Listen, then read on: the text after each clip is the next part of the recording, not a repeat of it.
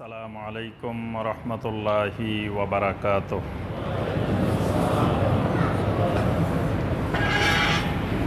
ইয়াউমে আশুরা কি? আশুরা বলতে কি বোঝায়? আশুরা কেন? মা হুয়া ইয়াউমে আশুরা? ইয়াউমে আশুরাটা কি?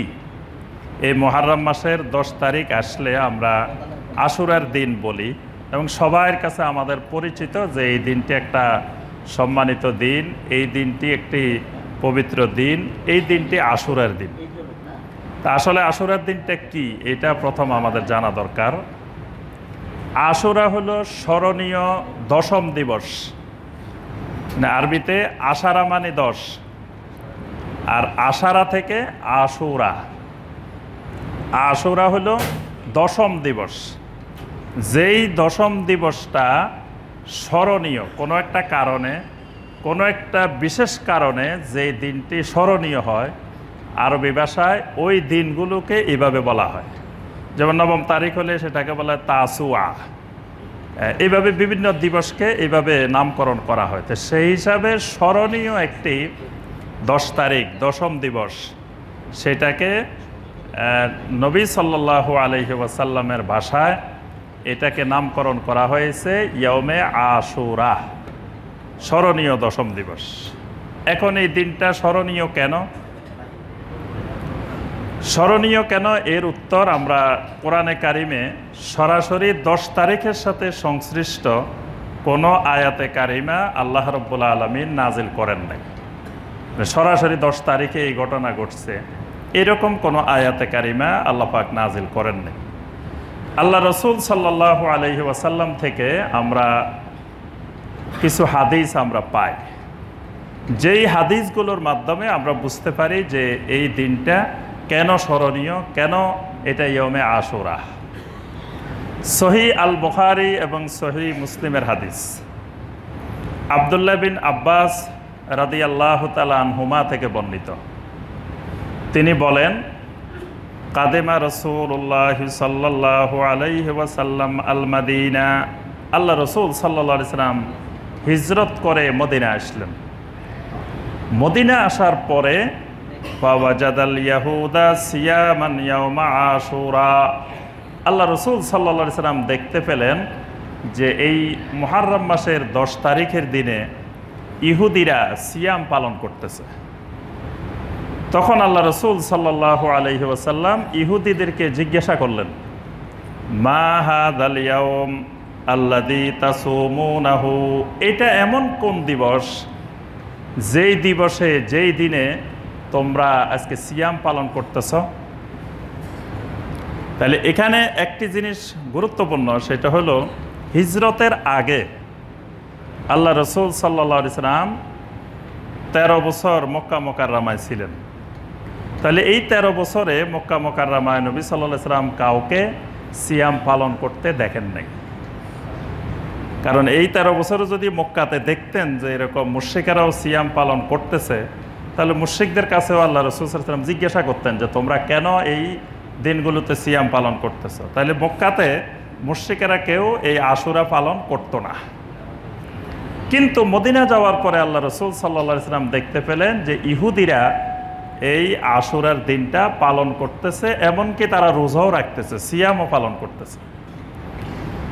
নবী সাল্লাল্লাহু আলাইহি সাল্লাম কারণ জিজ্ঞাসা করলেন, তখন তারা উত্তরে বলল, হাযা ইয়াউমুন আযীম আনজাল্লাহু ফীহি মূসা ওয়া কওমাহু ওয়া গাররাকা আলা ফিরআউনা ওয়া কওমাহু। তখন ইহুদিরা বলল যে এই দিনটা একটা ইয়াউমুন আযীম, এই দিনটা একটা বিশেষ দিন, মহান দিবস। তাহলে বোঝা যায় মুসা আলাইহিস সালামের যুগ থেকেই এই দিনটা পালন হয়ে আসতেছে, এবং এটাকে ইহুদিরা পালন করা মানে যে মুসা আলাইহিস সালামের সময় থেকেই এই ইয়াউমুন আযীমটা, এই মহান দিবসটা পালন হয়ে আসতেছে। এজন্য তাদের কাছে এটা স্পষ্ট, তারা বলে দিলেন হাযা ইয়াউমুন আযীম, এটা একটা মহান দিবস। কেন মহান দিবস? আনজাল্লাহু ফীহি মূসা আলাইহিস সালাম ওয়া কওমাহু, কারণ এই দিনটিতে আল্লাহ রাব্বুল আলামিন মুসা আলাইহিস সালাম এবং তার কওমকে নাজাত দিয়েছিলেন। সুবহানাল্লাহ। এই দিন আল্লাহ রাব্বুল আলামিন মুসা আলাইহিস সালাম এবং তার কওমকে, মুমিনদেরকে, ঈমানদারদেরকে আল্লাহ পাক এই দিন নাজাত দিয়েছিলেন, মুক্তি দিয়েছিলেন। ওয়া গাররাকা ফিরআউনা ওয়া আলাহু, ফিরআউন এবং তার আলদেরকে, তার আহালদেরকে, তার অনুসারীদেরকে আল্লাহ রাব্বুল আলামিন এই দিন সাগরে ডুবিয়ে আল্লাহ পাক তাদেরকে ধ্বংস করেছিলেন। তাহলে এই দিনটা একজন তাগুতের, বিশ্ববিখ্যাত তাগুত, প্রথম সারির প্রথম শ্রেণীর একজন তাগুতের পতন দিবস, ধ্বংসের দিবস, আর একজন নবীর এবং মুমিনদের, মুত্তাকিনদের, সালেহিনদের, আম্বিয়া আলাইহিমুস সালামের অনুসারীদের নাজাত দিবস। সুবহানাল্লাহ। এই কারণে ফাসামাহু মুসা শুকরান, মুসা আলাইহিস সালাম আল্লাহর শুকরিয়া স্বরূপ এই দিন সিয়াম পালন করতেন। ফানাহনু নাসুমুহু, আর আমরাও এই কারণে সিয়াম পালন করি। সুবহানাল্লাহ। যে মুসা আলাইহিস সালাম শুকরিয়াতান, শুকর আদায় করে এই দিন সিয়াম পালন করেছেন। আর আমরা যেহেতু মুসা আলাইহিস সালামের উম্মত, মুসা আলাইহিস সালামের সুন্নত অনুসারে আমরাও এই দিন সিয়াম পালন করি। তখন আল্লাহ রাসূল সাল্লাল্লাহু আলাইহি সাল্লাম বললেন, ফানাহনু আহাক্কু বিমুসা আওলা মিনকুম, আমরা তো মুসা আলাইহিস সালামের সাথে, তোমাদের সাথে সম্পর্কের দিক থেকে আরো বেশি ঘনিষ্ঠ। কারণ মুসা আলাইহিস সালাম যে তাওহীদের অনুসারী, যে তাওহীদের দাওয়াত দিয়েছেন, আমরাও সেই তাওহীদের অনুসারী, সেই তাওহীদেরই দাওয়াত দিই। কিন্তু তোমরা মুসা আলাইহিস সালামের অনুসারী দাবি করলেও মুসা আলাইহিস সালামের সেই শিক্ষার উপরে তোমরা নাই। মুসা আলাইহিস সালাম যে তাওহীদের উপরে তোমাদেরকে রেখে গেছেন, সেখান থেকে তোমরা বিচ্যুত হয়ে শিরকের দিকে চলে গিয়েছ। মুসা আলাইহিস সালাম তোমাদেরকে যেই সুন্নতের উপরে রেখে গেছেন, তোমরা সেখান থেকে বিদআতের দিকে চলে গেছ। মুসা আলাইহিস সালাম তোমাদেরকে যে আল্লাহর কিতাব দিয়ে গেছেন, সেই কিতাবকে তোমরা বিকৃত করে ফেলেছ। আর আমরাই মুসা আলাইহিস সালামের যথাযোগ্য পৃথিবীতে অনুসারী। ফাসামাহু রাসূলুল্লাহ সাল্লাল্লাহু আলাইহি ওয়াসাল্লাম ওয়া আমারা বিসিয়ামিহি, তখন আল্লাহ রাসূল সাল্লাল্লাহু আলাইহি সাল্লাম এই দিন, আশুরার দিন সিয়াম পালন করলেন এবং সাহাবাই কেরামদেরকে, মুমিনদেরকে সিয়াম পালন করার নির্দেশ দিলেন। সুবহানাল্লাহ। তাহলে বোঝা গেল যে এই দিন আশুরা কেন, আশুরার কারণটা কি, এইটা আল্লাহ রাব্বুল আলামিন এই দিনে মুসা আলাইহিস সালামের নাজাত, মুমিনদের নাজাত, ফেরাউনের ধ্বংস, এর মাধ্যমে এই নবী সাল্লাল্লাহু আলাইহি সাল্লাম এই হাদিসে স্পষ্ট করে দিলেন যে এই কারণেই মূলত মুসা আলাইহিস সালামের যুগ থেকে শুরু করে এই ইয়মে আশুরা পালন হয়ে আসতেছে। এখানে আল্লাহ পাক কেন মুসা আলাইহিস সালামের এই ঘটনাটাকে স্মরণ করিয়ে রাখতে চান, এটা একটা প্রশ্ন। যে এরকম তো পৃথিবীতে আরো অনেক ঘটনা, স্মরণীয় ঘটনা ঘটছে, কিন্তু আল্লাহ পাক সবগুলাকে এরকম স্মরণীয় না করে মুসা আলাইহিস সালামের এই ঘটনাটাকে কেন আল্লাহ রাব্বুল আলামিন কিয়ামত পর্যন্ত স্মরণ করিয়ে রাখতে চান? আল্লাহ পাক কোরআনে কারিমে সূরা আল বাকারার 49 এবং 50 নম্বর আয়াতে এই ঘটনাটার দিকে আল্লাহ পাক ইঙ্গিত করেছেন। ওয়া ইয নাজ্জাইনাকুম মিন আলি ফিরআউনা ইয়াসুমুনাকুম সুআল আযাবি ইউযাব্বিহুনা আবনাআকুম ওয়া ইস্তাহয়ুনা নিসাআকুম ওয়া ফি যালিকুম বালাউম মির রাব্বিকুম আযীম। আল্লাহ রাব্বুল আলামিন এখানে স্মরণ করিয়ে দিলেন যে এই পৃথিবীতে ফেরাউন নামে একটা বড় তাগুত ছিল। সূরা তাহার 43 নম্বর আয়াতে আল্লাহ পাক মুসা আলাইহিস সালামকে বলেন, ইযহাবা ইলা ফিরআউনা ইন্নাহু তাগা, তোমরা দুইজন মুসা এবং হারুন তোমরা ফেরাউনের কাছে চলে যাও, কারণ ফেরাউন তাগুত হয়ে গেছে। তাগুত হলো কাফেরের উপরে, মুশরিক, কাফের, মুনাফিকের চাইতে আরো উপরের স্তর হইল তাগুত। তাগুত হইল সে নিজেও আল্লাহর দিন মানে না, আরেকজনকেও মানতে দেয় না। কাফের হইল সে নিজে মানে না, মুশরিক হইল সে নিজে শিরক করে। কিন্তু তাগুত নিজে কুফরি করে, নিজে শিরক করে, আবার অন্যকেও শিরক করতে বাধ্য করে, অন্যকেও কুফরি করতে বাধ্য করে। নিজে আল্লাহর দিন মানে না, অন্যকে মানতে দেয় না। তো এই জন্য আল্লাহ পাক ফেরাউনকে চিহ্নিত করেছেন যে সে হলো ইন্নাহু তাগা, সে হলো একটা বড় তাগুত। তাহলে কিয়ামত পর্যন্ত পৃথিবীতে দুই ধরনের মানুষ পাওয়া যাবে। এক ধরনের মানুষ থাকবে, এরা মুসা আলাইহিস সালামের অনুসারী। আরেক ধরনের মানুষ পৃথিবীতে কিয়ামত পর্যন্ত থাকবে, যারা হবে ফেরাউনের আদর্শের অনুসারী, তাগুতি আদর্শের অনুসারী।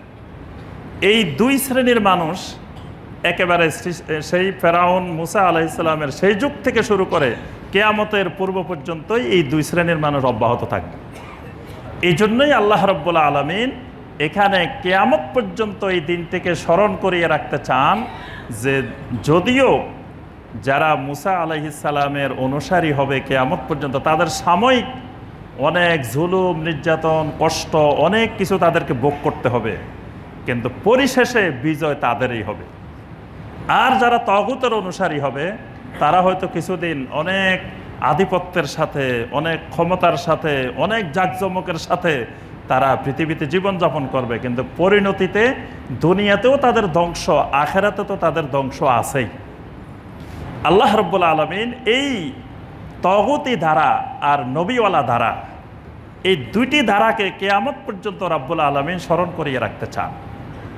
এজন্য আল্লাহ পাক কোরআনে কারিমে সূরা আল কাসাসে ফেরাউনের এবং ফেরাউনের কওমের কি কি বৈশিষ্ট্য সেগুলো আল্লাহ পাক বর্ণনা করেছেন। একটা একটা করে অনেকগুলো বৈশিষ্ট্য আল্লাহ পাক বর্ণনা করেছেন।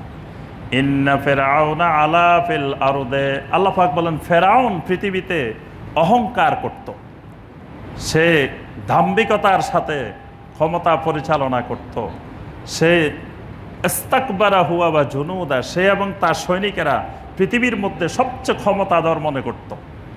এটা ফেরাউনি আখলাক, ফেরাউনি বৈশিষ্ট্য, অহংকার করা। তাহলে পৃথিবীতে যে সকল মানুষেরা এরকম অহংকারী থাকে, এরা ফেরাউনের অনুসারী, ফেরাউনের আদর্শের ধারক বাহক। তারপরে ফেরাউনের আরেকটি বড় বৈশিষ্ট্য ছিল ইয়াস্তাদিফু তাইফাতাম মিনহুম, ফেরাউন যারা দুর্বল থাকতো, দুর্বল জাতি ছিল, তাদের উপরে এসে বিভিন্ন ধরনের নির্যাতন চালাইতো। নির্যাতনটা কেমন?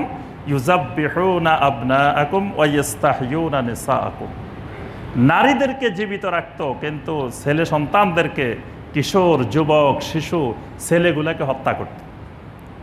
আজকে সারা পৃথিবীতে আমরা যদি তাকাই দেখি, ফিলিস্তিনের দিকে তাকাই দেখেন, সেখানে সেই বর্বর ইহুদিবাদীরা সেই মুসলিম যুবকদেরকে, কিশোরদেরকে, শিশুদেরকে, বিশেষ করে ছেলেদেরকে তারা হত্যা করে, নারীদেরকে জীবিত রাখে। ফেরাউনি আদর্শের ধারক বাহক এখনো পৃথিবীতে বিদ্যমান। সেই মিয়ানমারের দিকে আমাদের পার্শ্ববর্তী, এখানে যদি আমরা লক্ষ্য করি, সে রাখাইনে আমরা দেখেছি কিভাবে পুরুষ মানুষগুলোকে, যুবকগুলোকে সব মেরে ফেলেছে, জবাই করে হত্যা করেছে। শুধু নারীগুলোকে এইদিকে আমাদের দেশের দিকে ঠেলে দিয়েছে। বেশিরভাগ নারী, পুরুষ সব প্রায় মেরে ফেলছে, যুবক মেরে ফেলছে। এটা ফেরাউনি আদর্শের ধারক বাহক। ঠিক একইভাবে সারা দুনিয়াতে ফেরাউনি ধারার লোকেরা, তাগুতি ধারার লোকেরা সবসময় মুমিনদের এই কাজটাই করে, ফেরাউন যে কাজটা করেছে। ফেরাউনের আরেকটা গুরুত্বপূর্ণ বৈশিষ্ট্য ছিল, ফেরাউন তার জনগণের মধ্যে তাফরিক করে রাখত, মানে ছোট ছোট ক্ষুদ্র ক্ষুদ্র দল উপদলে বিভক্ত করে রাখত, যাতে মানুষ সংঘবদ্ধ হয়ে তার বিরুদ্ধে কিছু করতে না পারে। এটা ফেরাউনি বুদ্ধি। আজকেও পৃথিবীতে সারা দুনিয়াতে যেখানেই এরকম তাগুতের অনুসারী, ফেরাউনের অনুসারী যারা আছে, তারা চিন্তা করে তার প্রতিপক্ষ যারা, তারা যেন ঐক্যবদ্ধ হইতে না পারে। এজন্য তাদেরকে বিভিন্ন কৌশলে, তাদের পিছনে কোটি কোটি ডলার বিনিয়োগ করে তাদের মধ্যে ক্ষুদ্র ক্ষুদ্র দল উপদলে বিভক্ত করে রাখে। আজকের দুনিয়াতে মানে সবচেয়ে বড় শক্তি হলো মুসলিম, কিন্তু যারা সবচেয়ে বড় শক্তিশালী তারাই আজকে পৃথিবীতে মার খায়। আর যারা দুর্বল ছিল তারা এখন মার দেয়। মার খায় পৃথিবীতে একটা জাতি, সেটার নাম হলো মুসলিম। কেন মার খায়? মার খাওয়ার পরেও এই জাতি ঐক্যবদ্ধ হইতে পারে না, মানে মার খাইতেছে তাও এক হয় না। কারণ এরা যাতে ঐক্যবদ্ধ হইতে না পারে, এজন্য বিভিন্ন চক্র সারা পৃথিবীব্যাপী তাদের পিছনে কাজ করে। ক্ষুদ্র ক্ষুদ্র বিষয় নিয়ে, ছোট ছোট বিষয় নিয়ে মুসলিমদের মধ্যে দল উপদল তৈরি করে রাখে। সাধারণ টুপি নিয়েও মুসলমানদের মধ্যে দলাদলি আছে। কার টুপিটা কোন ডিজাইনের, কোন কালারের, কোন সিস্টেমের, পাঞ্জাবি নিয়ে দলাদলি আছে, তারপরে দাড়ির ডিজাইন নিয়ে দলাদলি আছে। কত রকমের দলাদলি যে মুসলিম উম্মার মধ্যে তৈরি করা হয়েছে, এগুলো ফেরাউনি আদর্শের ধারক বাহক যারা, তারা এর পিছনে ইন্ধন দেয়। এরপরে ফেরাউনের সবচেয়ে বড় বৈশিষ্ট্য হলো সে মানুষের সাথে কর্কশ আচরণ করত। আল্লাহ পাক আরো অনেকগুলো বৈশিষ্ট্য ফেরাউনের এরকম বর্ণনা করেছেন। সূরা আল কাসাসের প্রথম থেকে 40 নম্বর আয়াতে কারিমা পর্যন্ত আল্লাহ রাব্বুল আলামিন এই মুসা আলাইহিস সালাম এবং ফেরাউনের কথাগুলো বিস্তারিত আল্লাহ পাক বর্ণনা করছেন। কোরআনে কারিমের মধ্যে আল্লাহ পাক ফেরাউন এবং মুসা আলাইহিস সালামের ঘটনা এত বেশি বর্ণনা করেছেন, অন্য কোন নবীর ঘটনা আল্লাহ পাক কোরআনে কারিমে এত বেশি বর্ণনা করেন নাই। সূরা আল কাসাস, তারপরে সূরা তাহা, সূরা আল কাহাফ, সূরা আল বাকারা, এগুলোর বিশাল অংশ জুড়ে আল্লাহ সুবহানাহু ওয়া তাআলা শুধু মুসা আলাইহিস সালাম আর ফেরাউনের ঘটনা বর্ণনা করেছেন। সুবহানাল্লাহ। তাহলে ইয়াউমে আশুরাকে আল্লাহ পাক এই জন্যই স্মরণীয় করে রাখতে চান, যাতে কিয়ামত পর্যন্ত মুসলিমদের মধ্যে ফেরাউনি কোনো আখলাক এগুলো যেন না আসে, এগুলো থেকে মুসলিম দূরে থাকবে। আর সবসময় নবীওয়ালা আখলাক, নবীওয়ালা ধারা, মুসা আলাইহিস সালামের আখলাক যেন তাদের ভিতরে আসে। আমিন ইয়া রাব্বাল আলামিন। আসসালামু আলাইকুম ওয়া রাহমাতুল্লাহি ওয়া বারাকাতুহু।